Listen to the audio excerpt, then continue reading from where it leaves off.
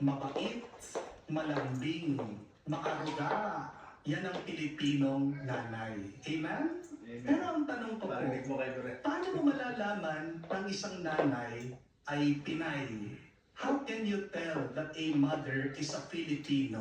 Meron po mga palatandaan, meron mga sign, meron kasing specific na ugali ang Pilipinong nanay. Di po ba? Pansinin niyo po, kapag foreigner po ang nanay at meron pong hinahanap yung anak niya, anong sasabihin ng foreigner?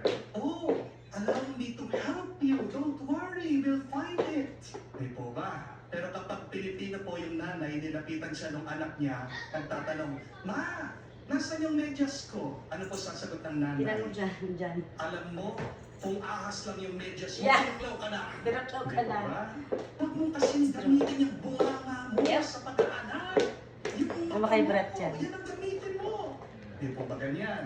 Ang mga Pilipinong nanay, kung foreigner po yung ina, kung nakita po yung anak niya naglalaro, nadapa, anong sasabihin ng foreigner na nanay? Oh my gosh! Oh my You God! okay? You safe? Are you okay? Are you Pero safe? pag Pilipino po yung nanay, Ayun. nadapa yung Kukulang. anak, anong sasabihin? Sige, Buti ka sa'yo. tumakbo ka pa. Bagay mo. Buti ka sa'yo. Tingnan Buti nga mo, sa'yo yan. Basta yung trend dyan sa sugat mo. Ganun Lalabas yan na sa yung akin. kanin dyan. Hindi po ba ganyan? Mga Pilipinong nanay, sino pong guilty? Yung mga foreigner na nanay po, pag umaga na, gigisingin yung anak, ano sasabihin? Good morning!